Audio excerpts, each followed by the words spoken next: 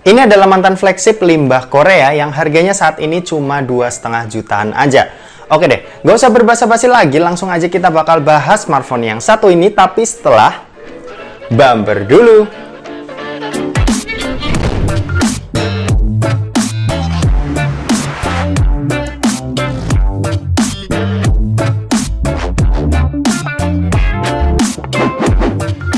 So, halo guys, balik lagi sama Kuliah Sore. Oke, sebelum lanjut ke videonya, buat kalian yang doyan dengan konten-konten berbau teknologi atau gadget, kalian bisa pertimbangkan buat subscribe channel ini dan jangan lupa buat aktifin lonceng notifikasinya supaya kalian nggak ketinggalan berita-berita terupdate dari Kuliah Sore.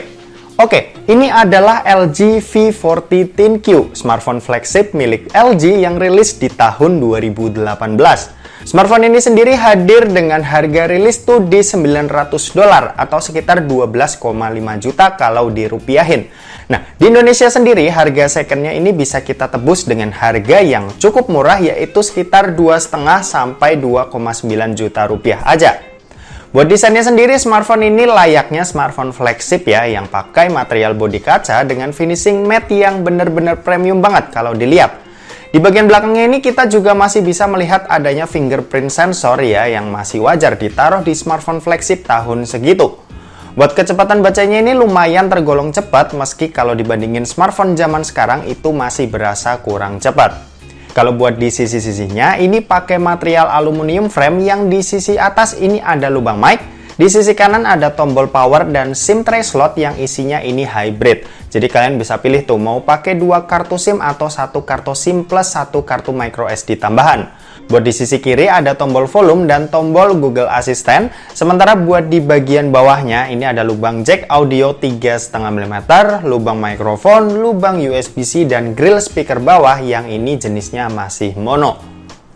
Kalau urusan layar, LG V40 ThinQ ini dibekali dengan layar berpanel POLED dengan resolusi WQHD+ dan luas layar sebesar 6,4 inci. Buat layarnya ini juga udah mendukung HDR10 ya, yang bikin tampilan gambarnya ini makin kelihatan premiumnya. Apalagi di sisi-sisinya ini udah 2.5D curve yang emang nggak kelihatan melengkung secara langsung, tapi feels dipegangnya ini enak banget dan masih jadi nilai plus buat smartphone ini. Dipakai nonton ya udah pasti enak banget, gambarnya tajam, detailnya dapat, dan warnanya ini juga vivid. Untuk urusan performa, smartphone ini tentunya pakai chipset terbaik di tahun tersebut, yaitu Snapdragon 845 dengan dukungan kartu grafis Adreno 630 dan RAM sebesar 6GB. Buat dipakai kebutuhan yang kasual, smartphone ini masih nyaman banget. Buat kegiatan harian kayak chattingan, main sosmed, atau sekedar foto-foto, nih smartphone tuh masih layak banget buat tahun 2021 ini. Dan kalau dipakai buat main game yang kerjaannya tuh lebih berat, smartphone ini tuh masih enak banget. Game PUBG Mobile ini bisa kita sikat dengan settingan smooth extreme dan ini masih enak dan lancar banget buat dipakai. Gyroscope-nya ini juga nggak ada masalah sama sekali, jadinya kita bisa push rank dengan nyaman di sini.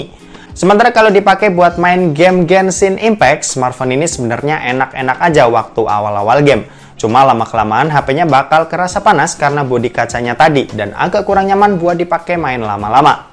Buat baterainya sendiri, LG V40 ThinQ ini punya baterai yang tergolong kecil buat standar tahun 2021. Buat dipakai harian tanpa gaming mungkin udah cukup banget ya, dan bisa bertahan seharian penuh dan malamnya ini baru kita colok. Cuma kalau buat kita yang main game, mungkin ini bakal kerasa kurang banget dan bakalan cepat buat habisnya. Sementara buat pengisian dayanya sendiri, ini ada di 18 watt, yang buat isi daya sampai 50% ini butuh waktu sekitar 36 menit aja, dan sampai penuh ini butuh waktu sekitar 1,5 jam. Oh ya, smartphone ini juga udah punya fitur-fitur kelas flagship ya, kayak adanya NFC, IP rating, dan wireless charging yang pastinya sebagian orang butuh itu. Dan terakhir kita mau bahas soal kameranya. Jadi smartphone ini dibekali dengan setup triple kamera yang punya resolusi 12 megapiksel pada kamera utama, 12 megapiksel pada kamera telefoto, dan 16 megapiksel pada kamera ultrawide-nya.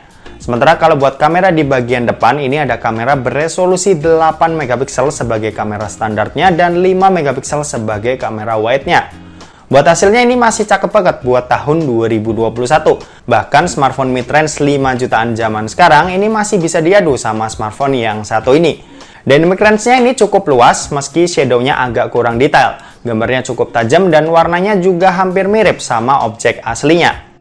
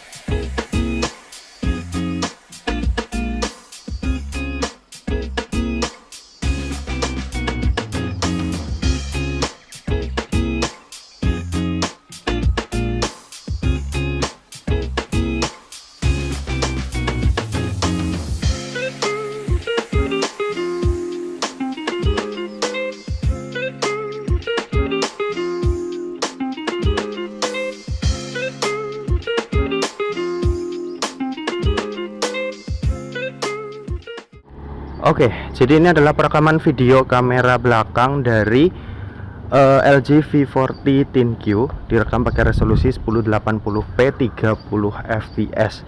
Ini juga bisa kita rekam di frame rate 60 fps, terus 4K juga bisa sampai 60 fps juga. Buat kestabilan gambarnya seperti ini. Dan sekarang kita mau coba ajak lari.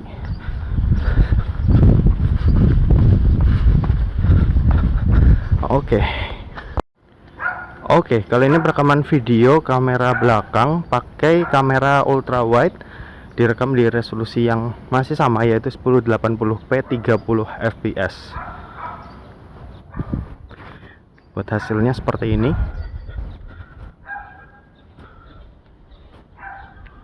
Sekarang kita coba ajak lari.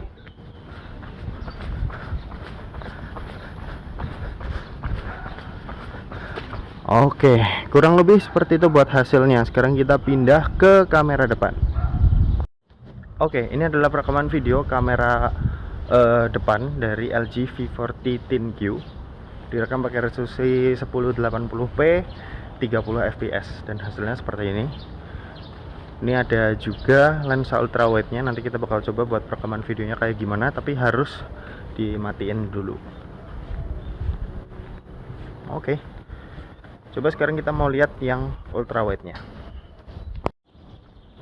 Oke, kalau yang ini yang ultra wide nya, dan kalian bisa lihat buat hasilnya ini sedikit lebih lebar ya, jadi enak buat dipakai ngevlog. Oke, gimana menurut kalian buat hasilnya buat rekaman video kamera depannya ini? Oke, mungkin gitu aja, kita balik ke studio. Yuk. Oke, mungkin segitu aja buat review dari LG V40 ThinQ ini di tahun 2021. Terima kasih buat yang udah nonton video ini. Jangan lupa buat like, komen, dan share juga ke teman-teman kalian, supaya teman-teman kalian mendapatkan informasi yang bermanfaat dari kuliah sore. Oke, terima kasih yang udah nonton video ini sampai habis, dan sampai jumpa di kuliah selanjutnya. Bye-bye.